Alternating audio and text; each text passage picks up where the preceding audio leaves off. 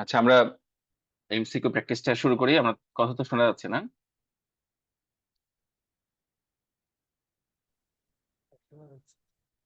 জি sir.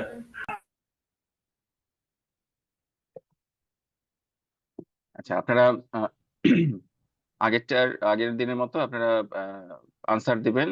এখানে যে প্রশ্নগুলো আসবে সেটা আমরা এখানে আপনারা এ বি বা এভাবে আপনারা আনসার দিবেন। তো এখানে দেখেন, প্রথমটা কন্ট্রাক্ট অ্যাক্টে যেমন অনেক কমপ্লেক্স বিষয় ছিল। তো এনআই অ্যাক্ট বা পরের গুলোতে আসলে অত কমপ্লেক্সিটি কম। তো এখানে আপনারা কমন সেন্স অ্যাপ্লাই করে বা কিছু স্পেসিফিক জিনিস মনে রেখেই আপনারা এই আনসার গুলো করতে পারবেন। তো এখানে দেখেন প্রথম যে প্রশ্নটা আছে যে negotiable instrument, the negotiable instrument act 1881 is an act to define and amend the law relating to. এখানে মেইনলি আপনারা খুবই সোজা আনসার যে এখানে কি কি নিয়ে হচ্ছে আলোচনা করা হয়। তো cheque, bill of exchange, promissory note, আশা করি এটা খুবই বেসিক একটা কোশ্চেন।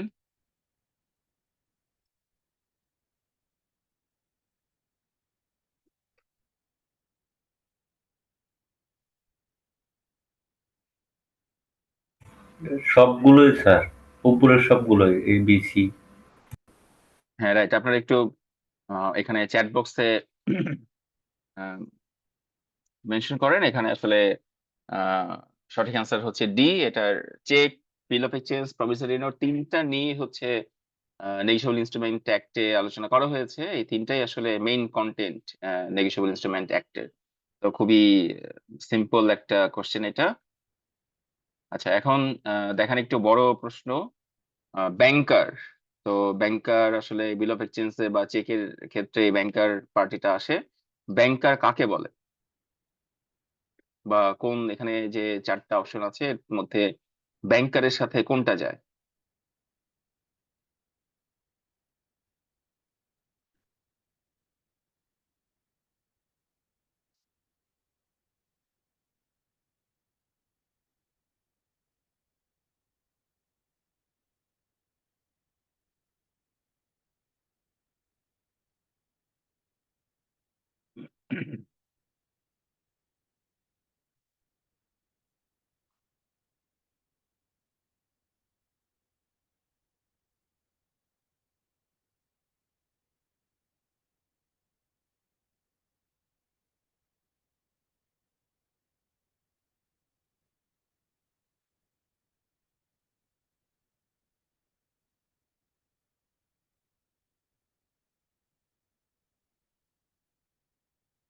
আচ্ছা, এখানে বেশিরভাগই সঠিক অ্যান্সার দিচ্ছেন, কিন্তু এই প্রশ্নটা যে জন্য করা, যেটার মধ্যে কনফিউশন।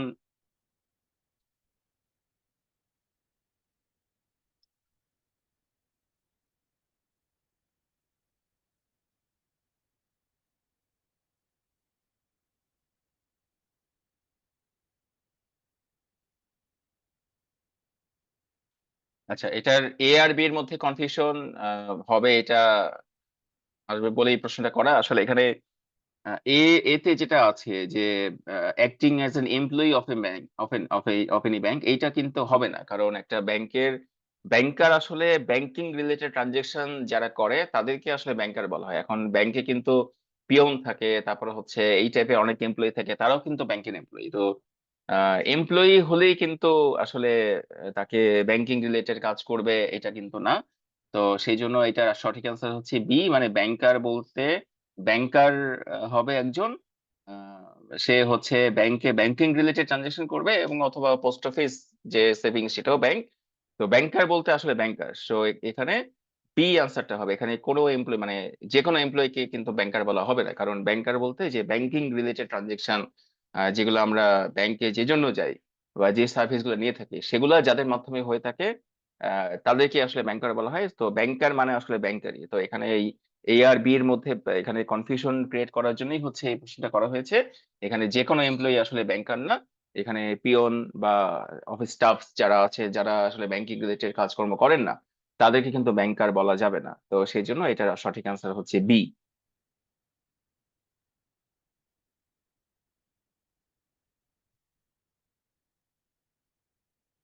আচ্ছা, এইটা দেখেন, এটা একটু আপনাদের কনসেপ্ট রিলেটেড প্রশ্ন। একটা প্রমিসারি নোট আমরা পড়েছি, বিল অফ এক্সচেঞ্জ পড়েছি, চেক আমরা পড়েছি। তো প্রমিসারি নোট যদি আপনাদের মনে থাকে, তাহলে তিনটার মধ্যে কোনটা প্রমিসারি নোটের হচ্ছে এক্সাম্পল না? এটা হচ্ছে দেখি পারেন কিনা।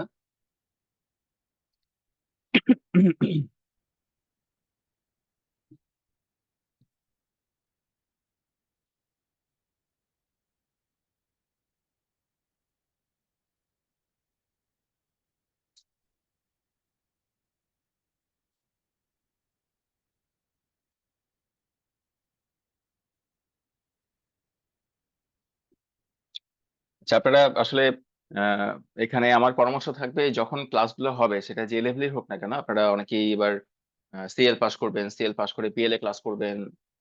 তো যখন যে লেভেলের ক্লাসগুলো হবে, আপনি চেষ্টা করবেন সেই ক্লাসের কন্টেন্ট বা সেই ক্লাসের যা পড়ানো হচ্ছে সেটা ক্লাসের সাথে সাথে একটু সময় নিয়ে পড়ে ফেলার। কারণ আসলে সিএ পাস করার জন্য একটা একটা টোন দরকার, একটা ফ্লো দরকার। সেই ফ্লোটা আসলে ক্লাস করার সময় যতটা থাকে, ক্লাস করার পরে কিন্তু আসলে সেই ফ্লোটা কমে যায় অনেক। তো সেই জন্য ফ্লো ধরে রাখাটা তো ইম্পর্টেন্ট। আর চেষ্টা করবেন একটা একটা লেভেলে ক্লাস হতে হতেই সেই ক্লাসগুলোর মানে যা যা পড়ানো হচ্ছে মোটামুটি কভার করে ফেলার চেষ্টা করা। আহ, হয়তো 100% হবে না, কিন্তু সিএলএ হবে। সিএলএ অবশ্যই করা উচিত। সিএলএ যে কন্টেন্ট গুলো আছে সেটা আপনার যারা পাবলিক ভার্সিটি থেকে বা বিবিএমবি করে আসছেন তাদের সাথে খুব বেশি পার্থক্য নাই। তো সেই জন্য আপনারা যে লেভেলে ক্লাস করবেন, তো সেই লেভেলের ক্লাস চলতে চলতেই আহ, মানে পড়াগুলো পরে পড়ে ফেলার চেষ্টা করবেন যাতে ফ্লোটা থাকে।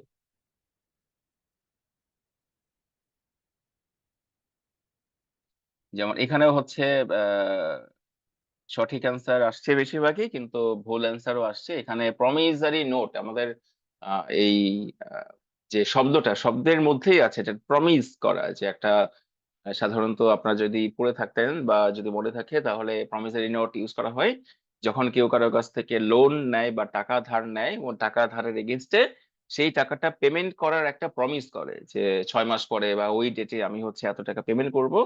এই প্রমিস যেখানে করা হয় সেইটাকে আসলে প্রমিসারি নোট বলা হয়।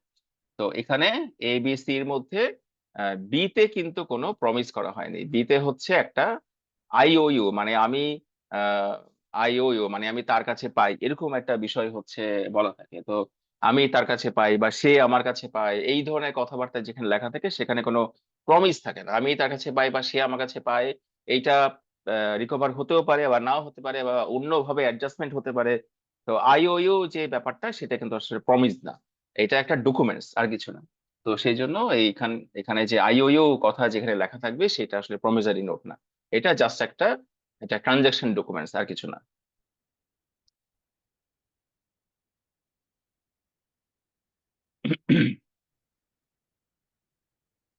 এইটা পারা উচিত। একটা প্রমিসারি নোট, বিল অফ এক্সচেঞ্জ আর চেকে কয়টা পার্টি থাকে, আমরা ক্লাসের সময় এটা নিয়ে ডিটেলসে কথা বলা হয়েছে, এবং আমি চেষ্টা করেছি এমন ভাবে প্রেজেন্ট করা যাতে ভুল না হয়। তো একটা প্রমিসারি নোটে কয়টা পার্টি থাকে এটা অবশ্যই পারা উচিত।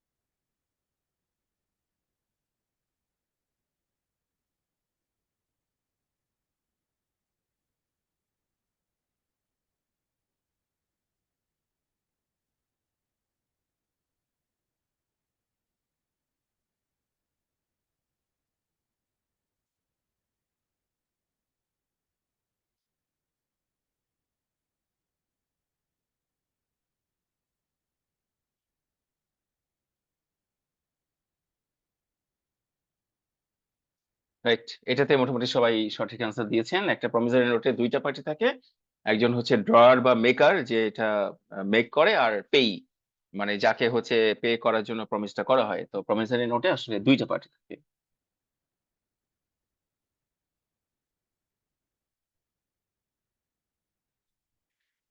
একটা প্রমিসারি নোটের যে কন্টেন্ট থাকে তার মধ্যে এই নিচে চারটার মধ্যে কোনটা সঠিক না, মানে কোন কথাটা থাকলে সেটা বা কোন জিনিসটা থাকলে সেটাকে প্রমিসারি নোট বলা যাবে না।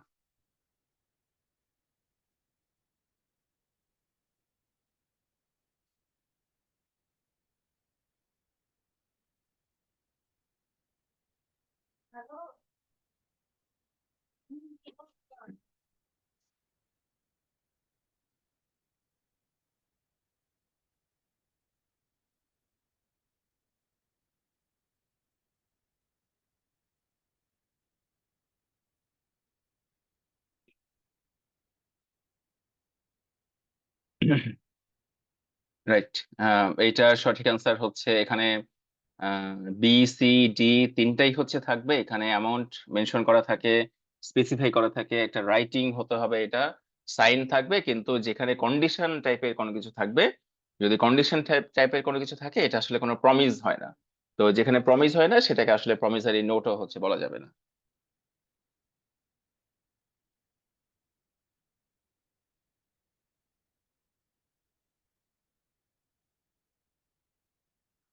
আচ্ছা, এখানে দেখেন, এখানে একটা প্রমিসারি নোটের মধ্যে আহ, কোন কথাটা থাকলে বা সেটাকে প্রমিসারি নোট বলা যাবে, বা এই চারটার মধ্যে কোনটা হচ্ছে প্রমিসারি নোটের ক্যারেক্টারিস্টিক্স সাথে ম্যাচ করে।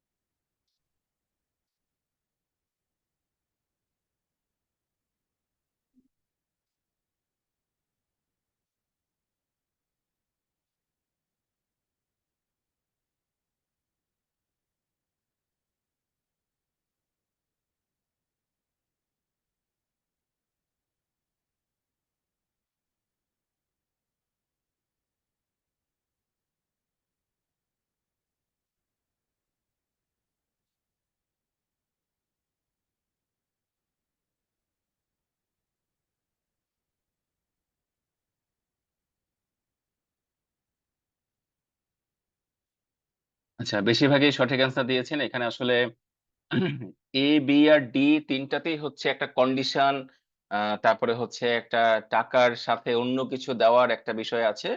তো এ, বি আর ডি এই তিনটার কোনোটাই আসলে প্রমিসারি নোট না। এখানে যে সি তে যে কথাটা লেখা আছে এইটা, যে আমি তার কাছে এত টাকা ধার করেছিলাম, এটা আমি এত তারিখে পেমেন্ট করতে যাচ্ছি অন ডিমান্ড। তো এই টাইপের ব্যাপার যদি থাকে তখনই সেটাকে প্রমিসারি নোট বলা হবে। তো এখানে সঠিক অ্যান্সার হচ্ছে সি।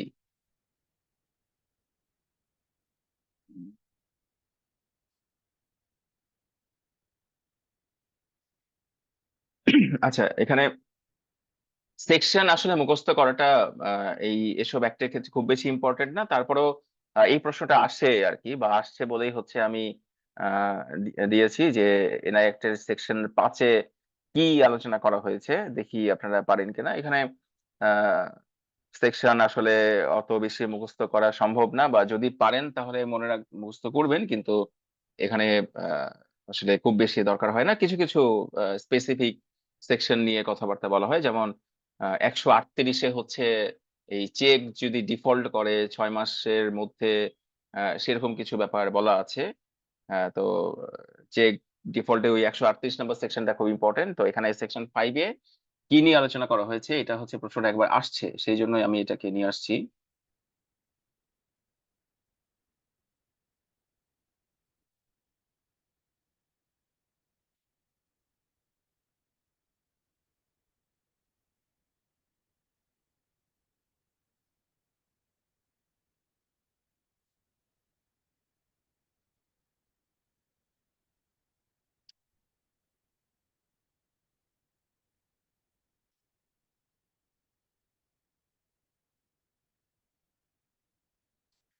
আচ্ছা, বেশিরভাগই সঠিক অ্যান্সার দিয়েছেন, কিন্তু ভুল অ্যান্সারও আসছে। আসলে সেকশন 5 যেটা আলোচনা করা হয়েছে সেটা হচ্ছে বিল অফ এক্সচেঞ্জ নিয়ে এখানে কথাবার্তা বলা হয়েছে। তো সেই জন্য আপনারা এইটা যেহেতু পরীক্ষাতে আসছে সেই জন্য আপনি একটু মনে রাখবেন যে সেকশন 5 বিল অফ এক্সচেঞ্জ নিয়ে এটাতে আলোচনা করা হয়েছে।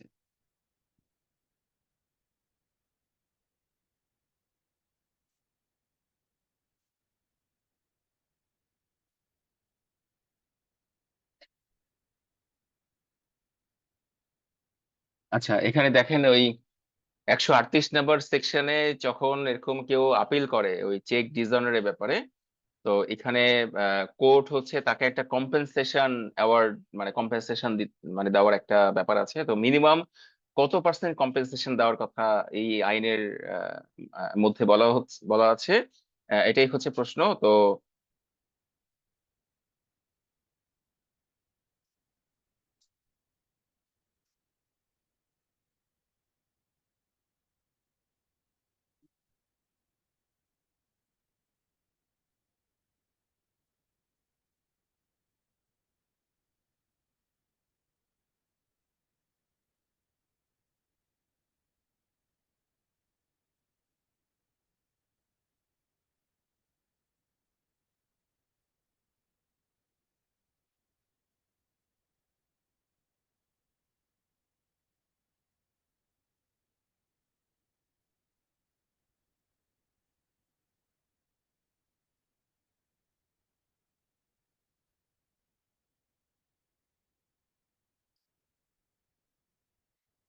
আচ্ছা, এটা সঠিক অ্যান্সার হচ্ছে অপশন সি।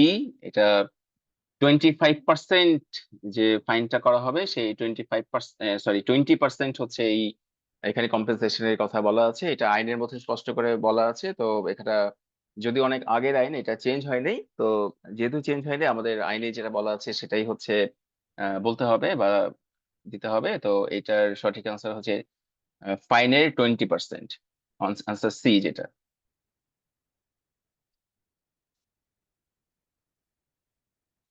আচ্ছা, এইটা হচ্ছে ইম্পর্টেন্ট, এটা খুব ইম্পর্টেন্ট। এটা আমরা যখন নেগোশিয়েবল ইনস্ট্রুমেন্ট একটা নিয়ে আলোচনা করেছিলাম, তখন এখানে যে মামলাগুলা করা হবে বা যে জাজমেন্ট গুলো হবে, এটা কোন লেভেলের কোর্টের কাছে করতে হবে, এটা হচ্ছে একটা প্রশ্ন।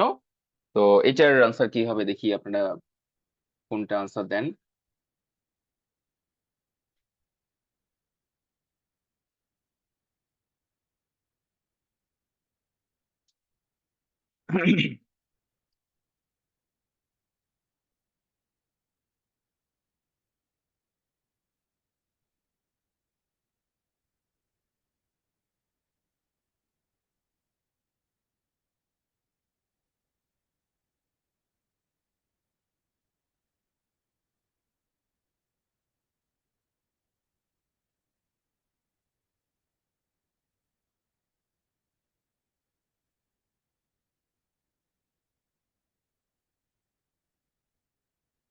আচ্ছা, এটা নিয়ে আইনের মধ্যে স্পষ্ট করে বলা ছিল যে যখন এই নেগোশিয়েবল ইনস্ট্রুমেন্টের আন্ডারে কোনো ইস্যুস তৈরি হবে বা কোনো ইস্যু তৈরি হবে, তখন আমরা যখন কোর্টের কাছে যাব, কোর্টের অনেকগুলো লেভেল থাকে, হাইকোর্ট, সুপ্রিম কোর্ট, অনেকগুলো কোর্টের লেভেল থাকে।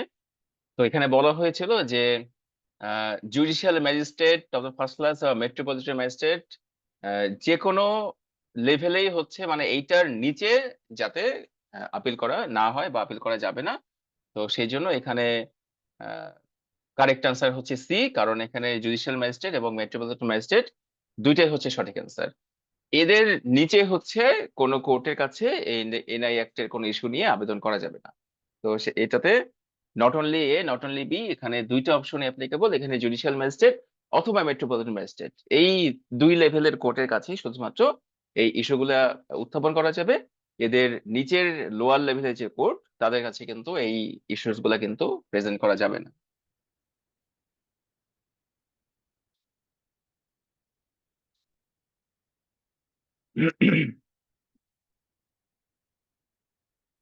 আচ্ছা, আমরা যখন আলোচনা করেছিলাম তখন ফরেন বিল, লোকাল বিল নিয়ে আমরা কথা বলেছিলাম। তো এখন এই ফরেন বিল আর লোকাল বিলের যে ক্যারেক্টারিস্টিক্স, এখানে ড্রয়ার অফ দ্য লোকাল বিল, মানে লোকাল বিল যে ড্র করছে বা মেক করছে, তো তার যে ইস্যুস গুলা সেগুলা কোন দেশের অনুযায়ী হচ্ছে রেগুলেশন হবে বা রেগুলেটেড হবে, সেটা এখানে প্রশ্ন করা হয়েছে। তো এখানে কোনটা আনসার হবে সেটা দেখিয়ে বলতে পারেন কিনা?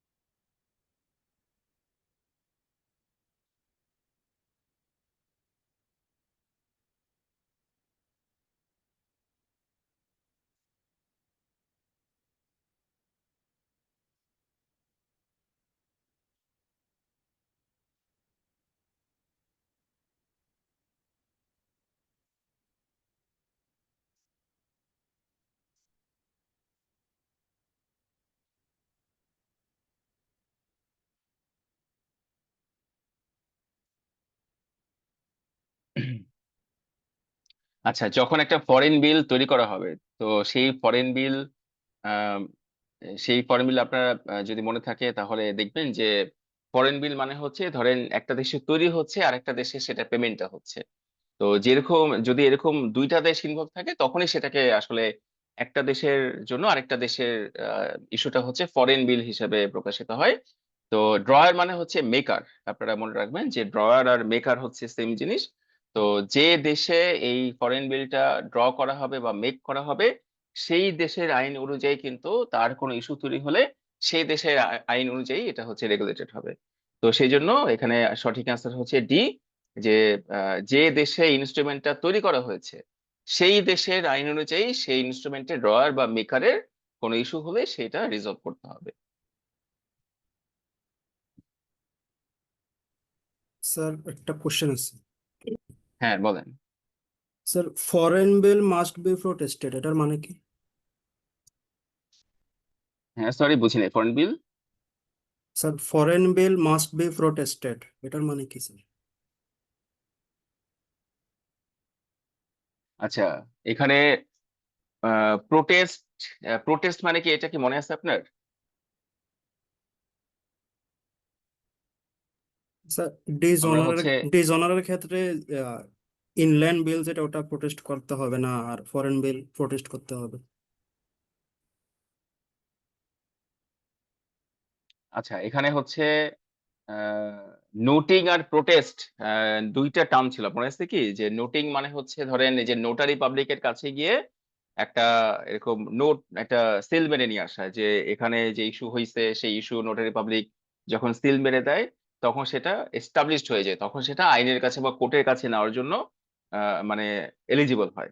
আর প্রোটেস্ট মানে হচ্ছে নোটিং তো করবেনই, নোটিং এর সাথে সাথে সেই নোটারি পাবলিকের কাছ থেকে একটা সার্টিফিকেশন নিয়ে আসা, যে নোটিং তো হলোই এবং নোটারি পাবলিক আলাদাভাবে একটা সার্টিফিকেশন করে দিল, সেই সার্টিফিকেশনে আবার ফর্মালি হচ্ছে লিখে দেওয়া হলো কি ঘটনা ঘটেছে বা কি ঘটনা ঘটে নাই বা কি হয়েছে। তো নোটিং হচ্ছে এই ডিসঅনার বা কোনো ইস্যুস তৈরি হলে মিনিমাম একটা ডকুমেন্ট যেটা নিয়ে কোর্টে যাওয়া যায়। তো ইনল্যান্ড বিলের ক্ষেত্রে নোটিং করলেই এনাফ। প্রোটেস্ট হচ্ছে অ্যাডিশনাল একটা ব্যবস্থা, যে নোটিং এবং প্রোটেস্ট দুইটাই যদি করা হয় তাহলে সেখানে যে ইস্যুটা তৈরি হয়েছে সেটা আরো স্ট্রং হয়। আর ফরেন বিল যেহেতু একটা দুইটা দেশের মধ্যে হচ্ছে ব্যাপার, সেই জন্য ফরেন বিল শুধুমাত্র নোটিং করলেই হয় না, ফরেন বিলের এগেনস্টে নোটিংও করতে হবে এবং সাথে একটা এক্সট্রা সার্টিফিকেশন নিতে হবে যাতে সেটা আরো স্ট্রং হয়। তো সেই জন্যই বলা হয়েছে যে ফরেন বিল যেহেতু দুইটা দেশের মধ্যে ইন্টারন্যাশনাল ব্যবস্থা, সেই জন্য ফরেন বিল নোটিংও করতে হবে, সাথে একটা এডিশনাল সার্টিফিকেশন ইস্যু করতে হবে।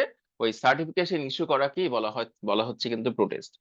তো প্রোটেস্ট এখানে মানে ফরেন বিল যেহেতু দুইটা দেশের মধ্যে একটা ব্যবস্থা হচ্ছে বা একটা ইস্যু তৈরি হচ্ছে, সেহেতু এটাকে প্রোটেস্ট করলে সেটার কোনো ইস্যু তৈরি হলে সেটা সহজে রিজলভ করা যায় বা সহজে কোর্টের কাছে সেটাকে প্লেস করা যায়। সেই জন্যই বলা হয়েছে যে ফরেন বিল অবশ্যই এটা প্রোটেস্ট করতে হবে। প্রোটেস্ট মানে এখানে কিন্তু বাধা দেওয়া না, এটা হচ্ছে এটার এগেনস্টে একটা সার্টিফিকেশন ইস্যু করা।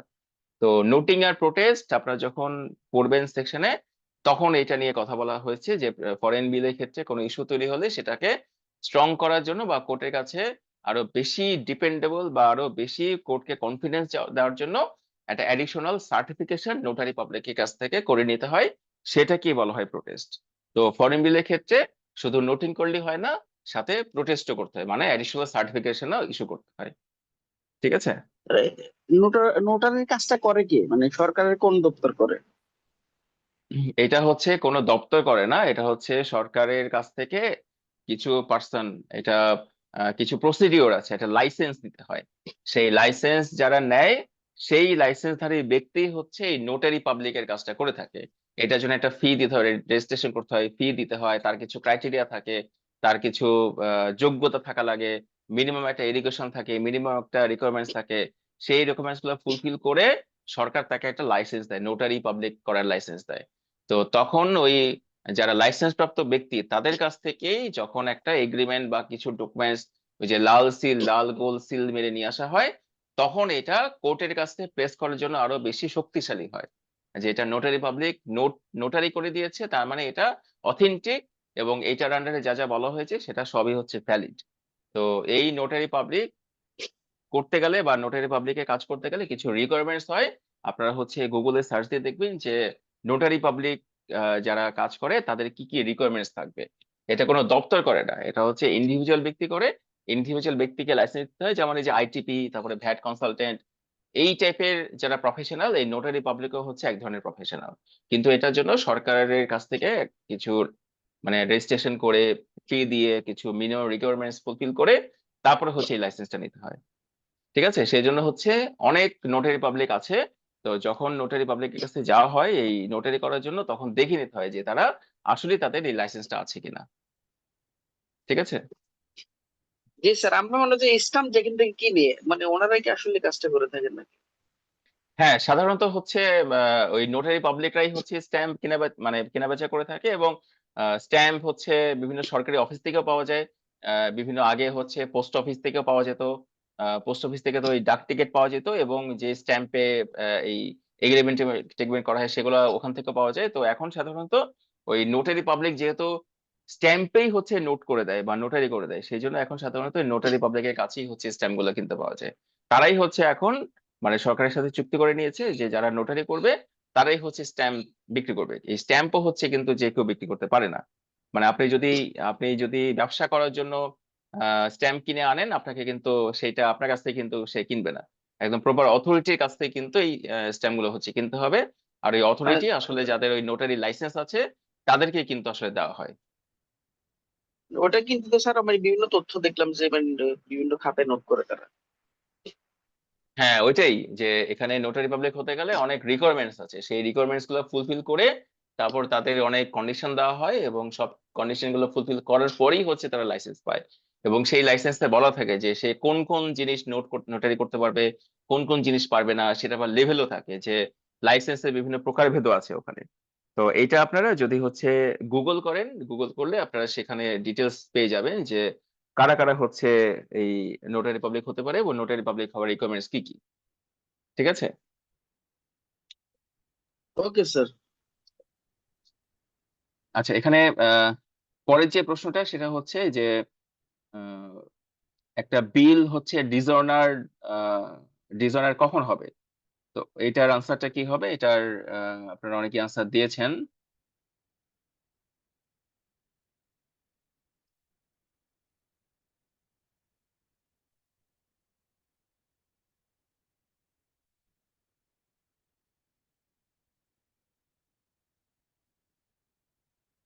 হ্যাঁ, রাইট, এটার আনসার হচ্ছে সবগুলাই যখন একটা বিল হচ্ছে প্রেজেন্ট ঠিক মতো করা হবে না, অ্যাকসেপ্ট করা হবে না। এখানে আপনারা জানেন যে বিল অফ এক্সচেঞ্জে তিনটা পার্টি থাকে, এখানে ড্রই থাকে, অ্যাকসেপ্টেন্স একটা বিষয় থাকে, সে অ্যাকসেপ্ট করলো না। তারপর হচ্ছে আহ, এখানে অ্যাকসেপ্টেন্সের সমস্যা থাকলো। তারপরে হচ্ছে আহ, এই যদি কোনো পার্টি হচ্ছে অ্যাকসেপ্টেন্স না করে বা হচ্ছে পেমেন্ট না করতে চায় বা এখানে কোনো কন্ডিশন জুড়ে দেয়, তখনই সেটাকে বলা হবে আসলে ডিসঅনার হয়েছে। তো এবিসি তিনটা এখানে তিনটা নেচার আছে বা তিনটা কন্ডিশন আছে বা তিনটা ক্যারেক্টারিস্টিক স্টেটমেন্ট আছে। এই তিনটা স্টেটমেন্টের মধ্যে যে কোনো একটা ঘটলেই সেইটাকে বলা যাবে যে বিল অফ এক্সচেঞ্জটা বা বিলটা হচ্ছে ডিসঅনার হয়েছে।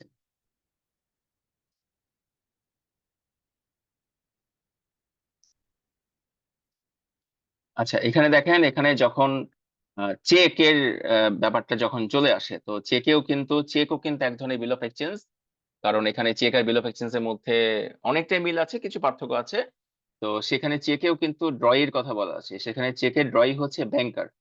তো এখন এই ব্যাংকারের দায়িত্ব কি, একটা চেক পাওয়ার পর সেই ব্যাংকারের দায়িত্ব কি?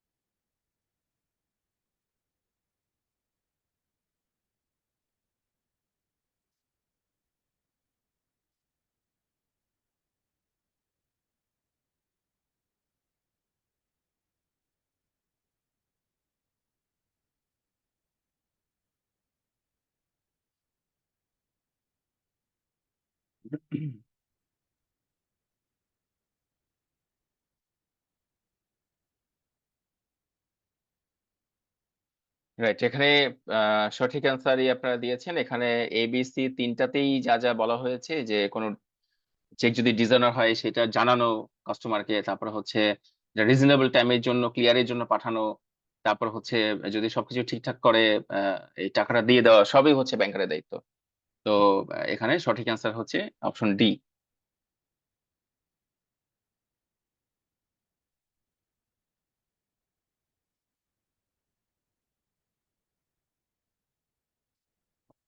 আচ্ছা, একটা প্রমিসরি নোট, একটা বিল অফ এক্সচেঞ্জ বা cheque payable to order is negotiable, মানে এটাকে নেগোশিয়েবল হচ্ছে কিভাবে করা যাবে।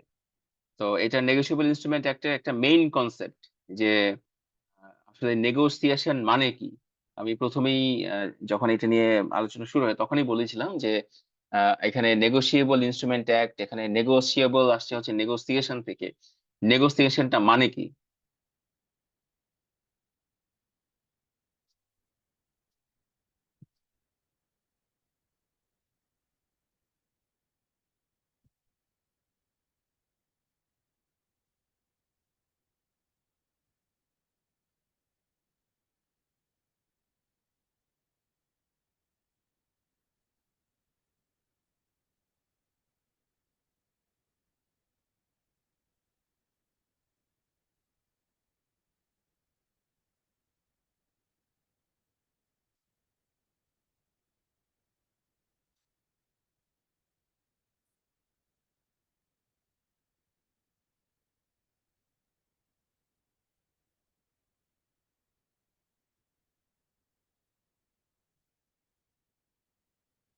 রাইট, এখানে আপনারা সবাই মোটামুটি সঠিক অ্যান্সার দিয়েছেন। এখানে নেগোশিয়েবল মানে হচ্ছে যে হস্তান্তর।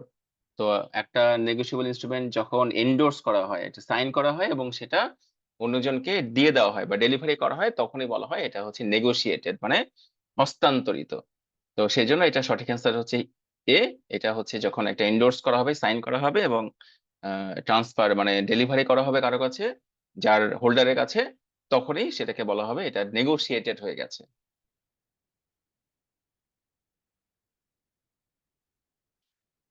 আচ্ছা, এটা দেখেন, এটা এই প্রশ্নটা বারবার আসে যে একটা promissory note, bill of exchange maturity date যখন একটা পাবলিক হলিডে হবে, তখন এইটা আসলে এই পেমেন্টটা আসলে কখন করা হবে।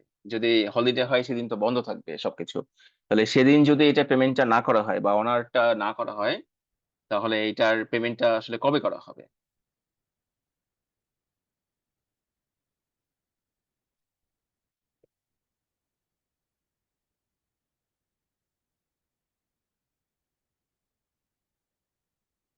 সি।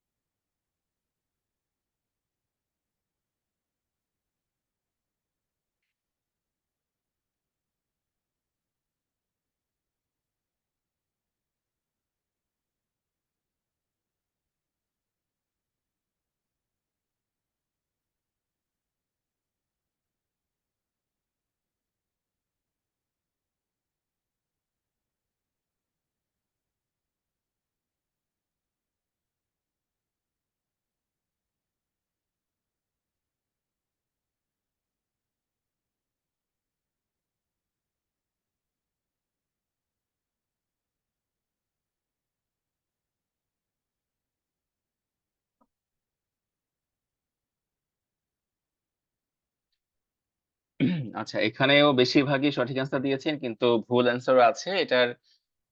একটা কোনো, যেমন এটা এটা খুবই কমন সেন্সের ব্যাপার আর কি, যে ধরেন আপনাদের কারো যদি ক্রেডিট কার্ড থেকে থাকে, ক্রেডিট কার্ডের বিল ডিউ হয় একটা নির্দিষ্ট ডেটে, তো যদি হচ্ছে সেই দিনটা পাবলিক ডেট হয়ে যায়, তাহলে তার আগের দিন পর্যন্ত কিন্তু টাইম দেওয়া হয়। তো এখানে এই সেম জিনিসটাই হচ্ছে অ্যাপ্লিকেবল, যে একটা প্রমিসরি নোট বা বিল অফ এক্সচেঞ্জ যদি যেদিন ম্যাচুরিটি হবে সেদিন যদি পাবলিক হলিডে থাকে, সেদিন তো কাজ করা যাবে না, তার আগের দিনটাতে কিন্তু সেটার পেমেন্টটা করতে হবে। এটা মানে প্রিসিডিং, মানে আগের দিনটা হবে, এটা পরের দিন হওয়ার সুযোগ নাই, মানে আইনের মধ্যে বলা নেই, আইনের মধ্যে বলা আছে এটা আহ, যে নেক্সট নেক্সট বলতে প্রিসিডিং বিজনেস ডে, প্রিসিডিং মানে হচ্ছে আগের, যে পাবলিক হলিডে যেদিন হবে তার আগের যে বিজনেস ডেটা হবে, সেই ডেটেই কিন্তু এটা পেমেন্টটা হবে।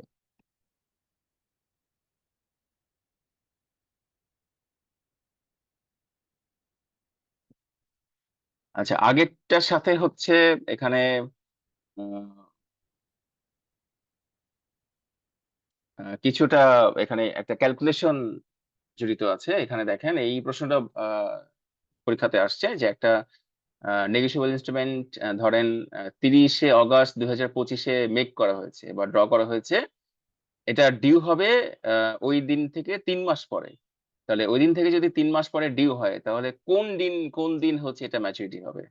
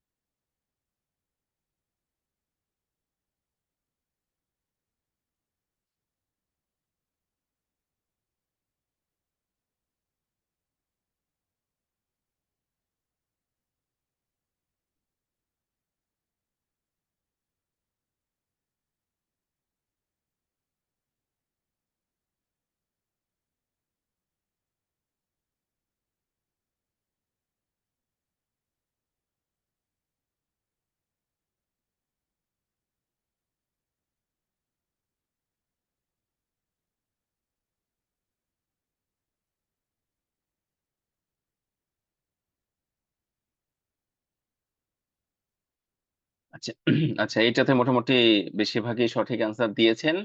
এই সমস্ত ক্ষেত্রে যেটা করতে হয়, আপনাকে যে মাসগুলার আর কি থাকবে, সেই মাস 30 দিন না 31 দিন, এটা কিন্তু কনসিডারেশন নিতে হয়।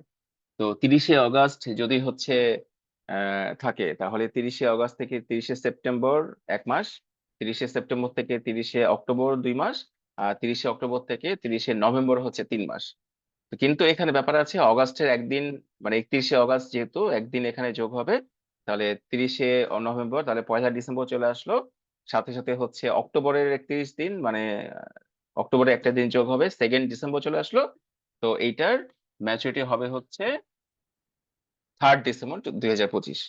তো আপনার এই টাইপের যখন প্রশ্ন আসবে, তখন এই মাস বলতে কিন্তু আসলে ওই মাস হিসেবে ধরা হবে, এবং মাস বলতে 30 দিন না, যে মাসে যে কয়দিন, সেই মাসে সেই কয়দিন ধরে কিন্তু আপনাকে ক্যালকুলেশনটা করতে হবে।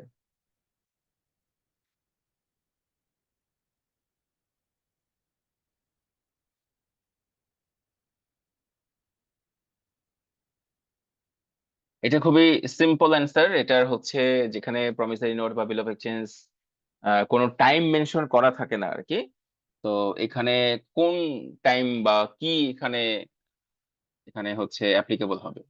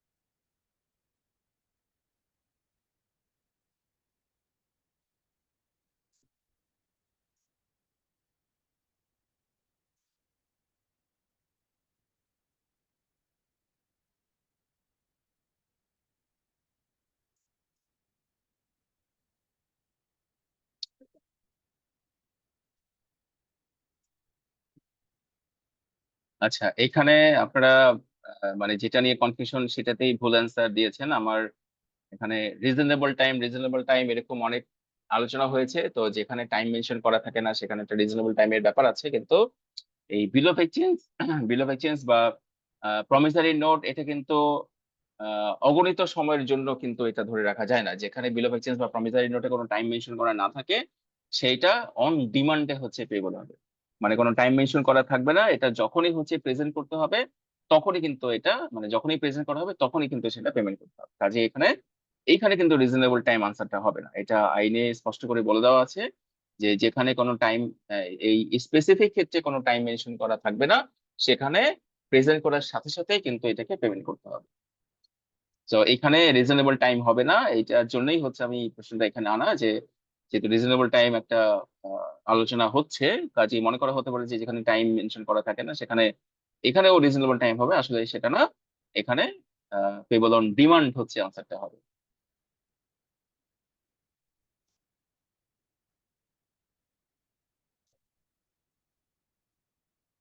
আচ্ছা, এইটাও আমরা যখন নেগোশিয়েবল ইনস্ট্রুমেন্ট অ্যাক্ট করেছিলাম তখন আলোচনা করেছিলাম যে একটা ইনস্ট্রুমেন্ট যেখানে আহ, কথায় বোঝা যাচ্ছে না যে প্রমিসারি নোট হবে নাকি হচ্ছে বিল অফ এক্সচেঞ্জ হবে, তো এইটাকে কি ধরনের ইনস্ট্রুমেন্ট আমরা বলতে পারি?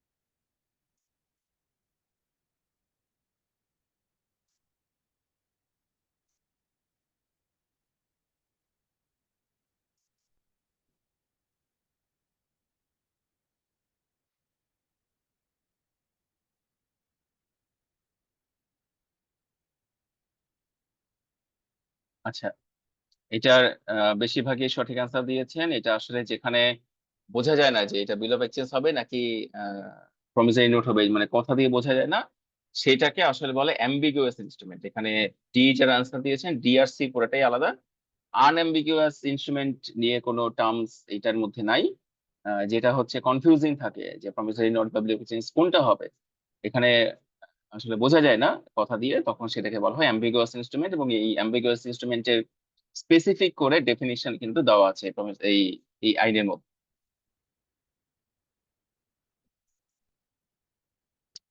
এটা খুবই ছোট আনসার, মানে এটার প্রশ্নটা বড় হতে পারে কিন্তু আনসারটা খুবই ছোট এবং নর্মাল। যে যখন একটা প্রমিসারি নোট বা বিল অফ এক্সচেঞ্জ বা চেক যখন একজনের কাছ থেকে আরেকজনের কাছে হস্তান্তর করা হয় তখন সেটাকে আসলে কি বলা হয়, সেই প্রক্রিয়াটাকে আসলে কি বলা হয়?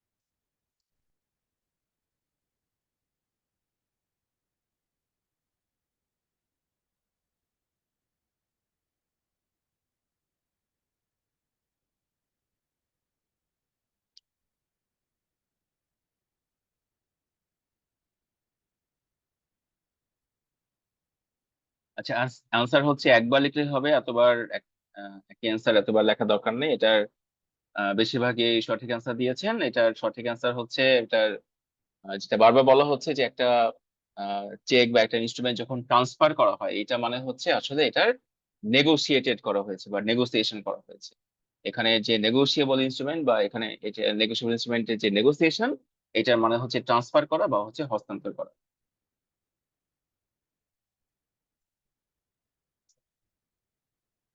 আচ্ছা, এই প্রশ্নটা হচ্ছে একবার পরীক্ষায় এসেছিল যে যখন একটা নেগোশিয়েবল ইনস্ট্রুমেন্ট এর মধ্যে যে কোন সেকশনে হচ্ছে নেগোশিয়েবল ইনস্ট্রুমেন্ট নিয়ে কথাবার্তা বলা হয়েছে?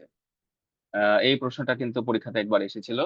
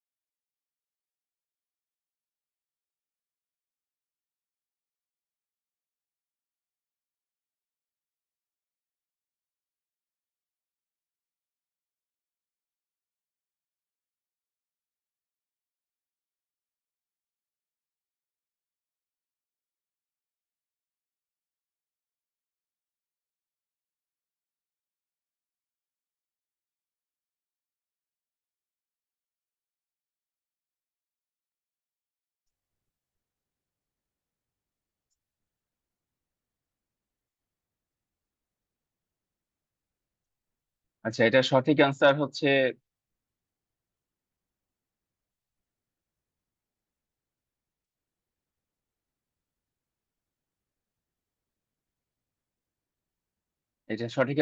ডি। সেকশন ডি তে সেকশন 13-তে হচ্ছে এই নেগোশিয়েবল ইনস্ট্রুমেন্ট নিয়ে হচ্ছে ডেফিনিশন দেওয়া হয়েছে। কোন এই সেকশন 13-তে নেগোশিয়েবল ইনস্ট্রুমেন্ট অ্যাক্টের সেকশন 13-তে নেগোশিয়েবল ইনস্ট্রুমেন্টের ডেফিনিশনটা দেওয়া হয়েছে। আচ্ছা, এটা বলেন একটা একটু বড় প্রশ্ন, কিন্তু আনসারটা ছোট। এখানে একটা প্রমিসরি নোট বা বিল অফ এক্সচেঞ্জ বা চেক ইজ পেয়েবল, মানে যেখানে এন্ডোর্সমেন্টের মাধ্যমে দেওয়া হয় কিন্তু এন্ডোর্সমেন্ট ইন ব্ল্যাঙ্ক থাকে। তো এন্ডোর্সমেন্ট ইন ব্ল্যাঙ্ক থাকলে সেটাকে আসলে নিচের কোনটার সাথে ম্যাচ করানো যায় বা কোনটার সাথে এটা সিমিলারিটি আছে? Holder in due course.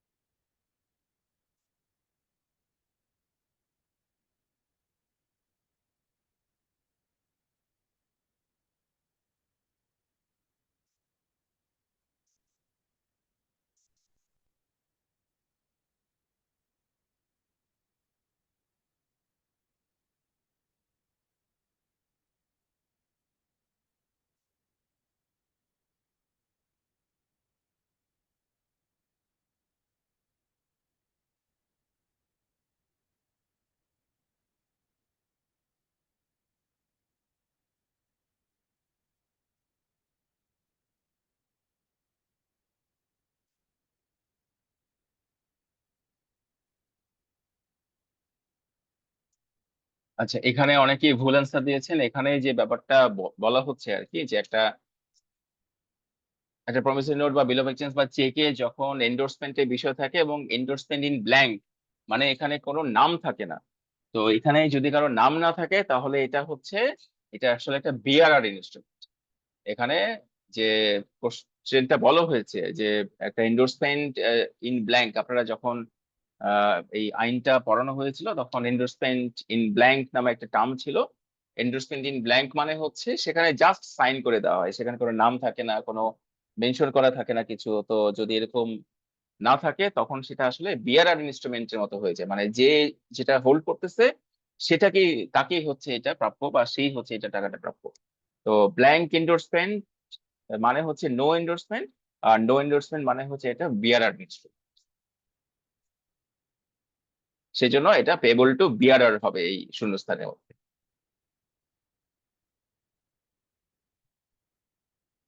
আচ্ছা, এটা খুবই সিম্পল অ্যান্সার, যে একটা বিল অফ এক্সচেঞ্জ বা চেক বা প্রমিসরি নোট এটা বাংলাদেশে মেক করা হয়েছে, আর বাংলাদেশের বাইরে হচ্ছে মেক করা হয়েছে, আর বাংলাদেশে হচ্ছে পেমেন্ট করা হবে বা ড্র করা হবে। তো এটাকে কি বলা হয়? এটা খুবই সিম্পল অ্যান্সার।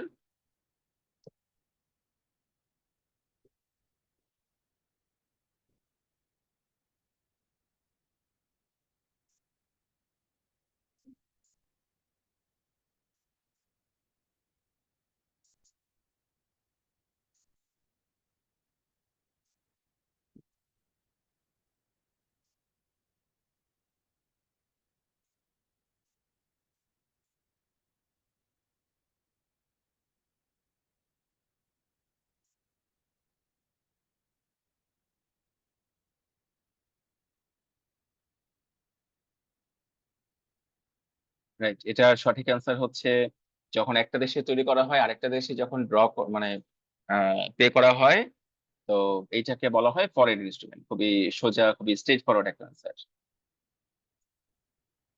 আচ্ছা, আমরা প্রায় শেষ পর্যায়ে চলে আসছি। আচ্ছা, এটা বলেন যে holder in due course of a negotiable instrument, এই হোল্ডার ইন ডিউ কোর্স এর সাথে কোনটা হচ্ছে অ্যাপ্লিকেবল, চারটার মধ্যে কোনটা তার সাথে মেলে বা কোনটা তার জন্য অ্যাপ্লিকেবল?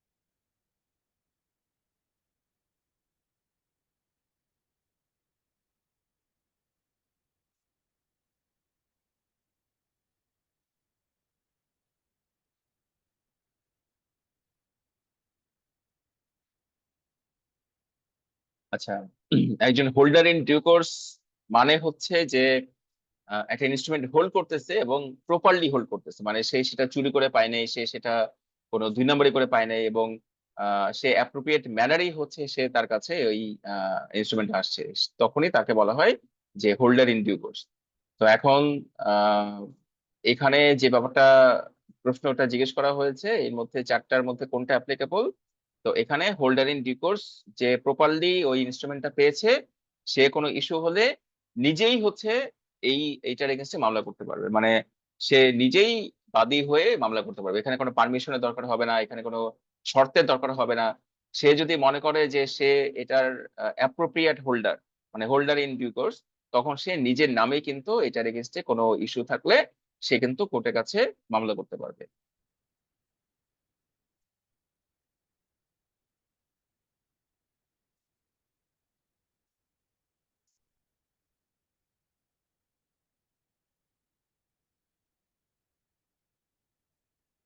আচ্ছা, একটা ইনস্ট্রুমেন্ট হচ্ছে যখন সেটা নোট বা বিল বা চেক যখন আহ, ক্ষতিগ্রস্ত হয় বা ডিস্ট্রাক্টেড হয় বা নষ্ট হয়ে যায়, তখন ওইটার যার অধিকারে থাকে তাকে তাকে কি বলে?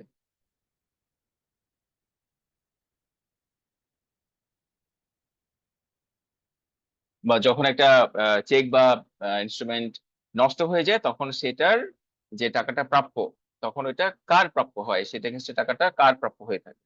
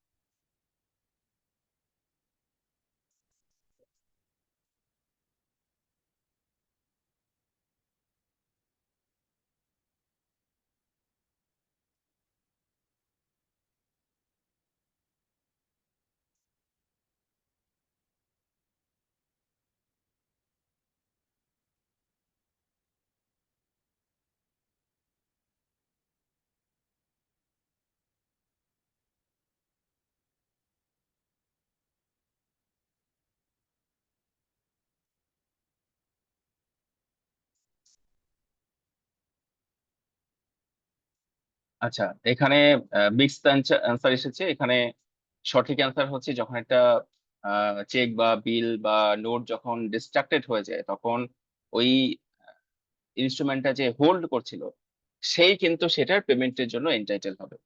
তো সেই জন্য এটার সঠিক অ্যান্সার হচ্ছে হোল্ডার।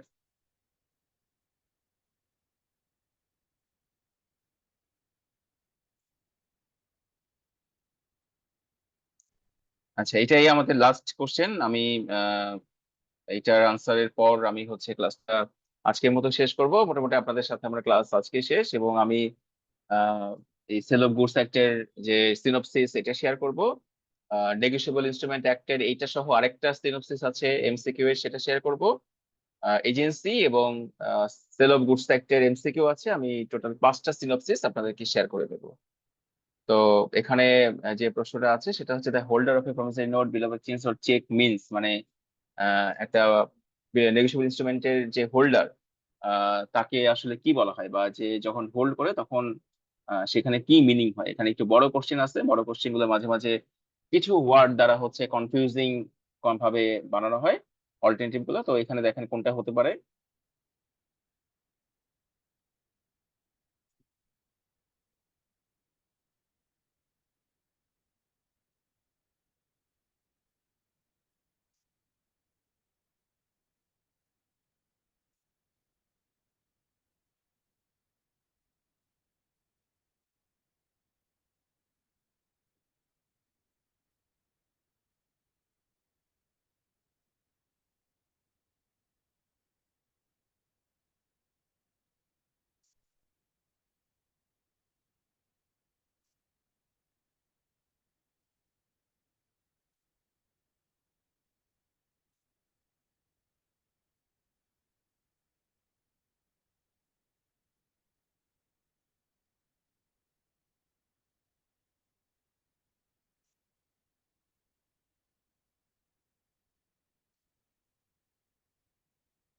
আচ্ছা, একটা প্রমিসরি নোট বা বিল অফ এক্সচেঞ্জ এর যে হোল্ডার, সে কি করতে পারবে, সে হচ্ছে যদি সে অ্যাপ্রোপ্রিয়েট হোল্ডার হয়ে থাকে, তাহলে সে তার আহ, সে ওই প্রসেসের যে অধিকারটা, যে ওই চেক বা প্রমিসরি নোটের যে পসেশন বলে যেটা, সেই পসেশনটা সে প্রপারলি এন্টাইটেল হবে, এবং সেই চেক বা প্রমিসরি নোট বা বিল অফ এক্সচেঞ্জ যে পেমেন্টটা, সেই পেমেন্টটাও সে কিন্তু এটা রিকভার করতে পারবে বা হচ্ছে রিসিভ করতে পারবে।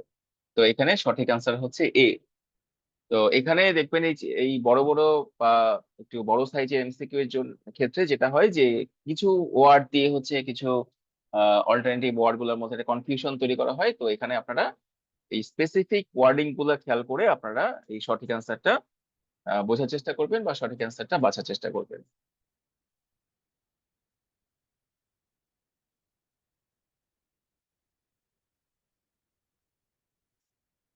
মানে বিকল্পগুলো কেন হলো না স্যার, একটু যদি ব্যাখ্যা করতেন। আচ্ছা, পরেরটা সেকেন্ডটা যেটা, সেটা হচ্ছে একটা এজেন্টের কথা বলা আছে এখানে। হোল্ডারের মধ্যে কোনো এজেন্সি কোনো থাকবে না, সে নিজেই হচ্ছে ওটার এন্টাইটেল হবে, সে পার্সোনালি সেটার এন্টাইটেল হবে। সি এর মধ্যে আছে any person having the possession of any person having the possession of such instrument. আসলে এখানে having the possession holder in due course বোঝাবে। হ্যাভিং দ্য পসেশন মানে হচ্ছে আমি একটা চেক যদি কুড়িয়ে পাই, তাহলে কিন্তু সেই আমি আমার হাতে চেকটা আছে বলে বা ওই প্রমিসরি নোটটা আছে বলে কিন্তু আমি সেটার টাকাটা পাওয়ার কিন্তু যোগ্য না।